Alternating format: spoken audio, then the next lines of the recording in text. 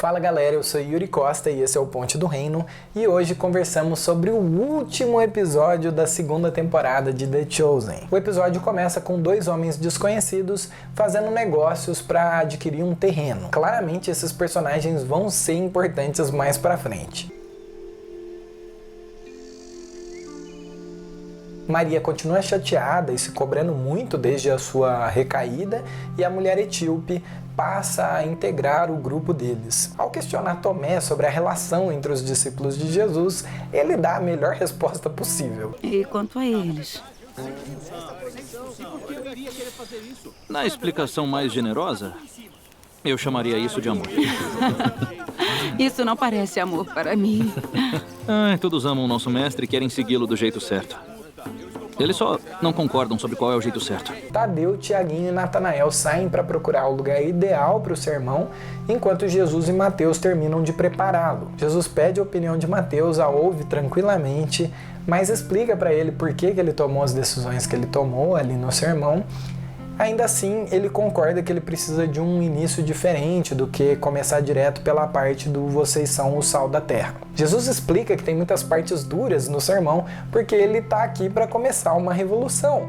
Não uma revolta, não é sobre violência, mas é sim sobre mudar as coisas, porque as coisas não estão boas do jeito que elas estão. Mas a frase que mais me chama a atenção é quando ele diz: essas coisas farão sentido para alguns e não farão para outros. Eu não quero seguidores passivos. Os que estão verdadeiramente comprometidos irão examinar isso profundamente, procurando pela verdade. E isso continua assim até hoje. Existe uma grande diferença entre aqueles que ouvem Jesus e aqueles que seguem Jesus. Tadeu, Tiaguinho e Natanael conseguem o terreno graças à ajuda daqueles mesmos dois homens lá do começo do episódio que convencem o proprietário. Os demais discípulos constroem um palco, divulgam o evento, espalhando cartazes para todo lado, e é claro que a notícia chega no Quintus, que parece ter ficado um pouco irritado.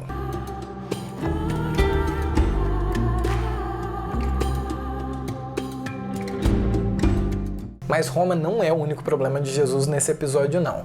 O Shammai, que é líder de uma das escolas rivais, ele gosta muito dos relatos do Shemuel e ele resolve planejar a queda ali da sua escola rival, a escola do Shimon, através ou às custas, das denúncias sobre Jesus. Mas aí tem a cena mais incrível desse episódio de longe, que é quando Jesus começa a pensar ali no início novo para o sermão, que são as bem-aventuranças. O que é legal é que o seriado relaciona as bem-aventuranças com cada um dos discípulos. Enquanto Jesus vai falando sobre cada uma das bem-aventuranças, vai mostrando cenas que refletem essas características em cada um desses personagens. Bem-aventurados os pobres em espírito, pois deles é o reino dos céus. Bem-aventurados os que choram,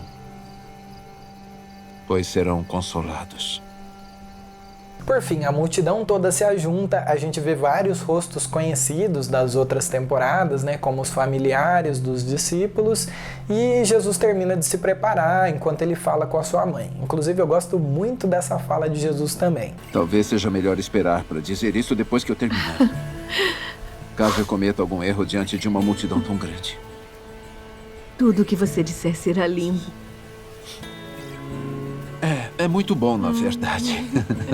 A última reviravolta no episódio é que o rapaz mais mirradinho daqueles dois lá enigmáticos do começo do episódio chega para os demais discípulos e se apresenta. E o nome dele é Judas, o último que faltava para completar os 12. Então Jesus passa andando por todos eles, sobe no palco diante de toda aquela multidão e o episódio acaba. Dá uma raiva que o episódio acaba aí sem você ver de fato a pregação. Tudo bem que a gente já sabe o que vai ser dito, porque afinal de contas está na Bíblia, mas ainda assim a temporada toda vai te preparando para esse momento e mostra.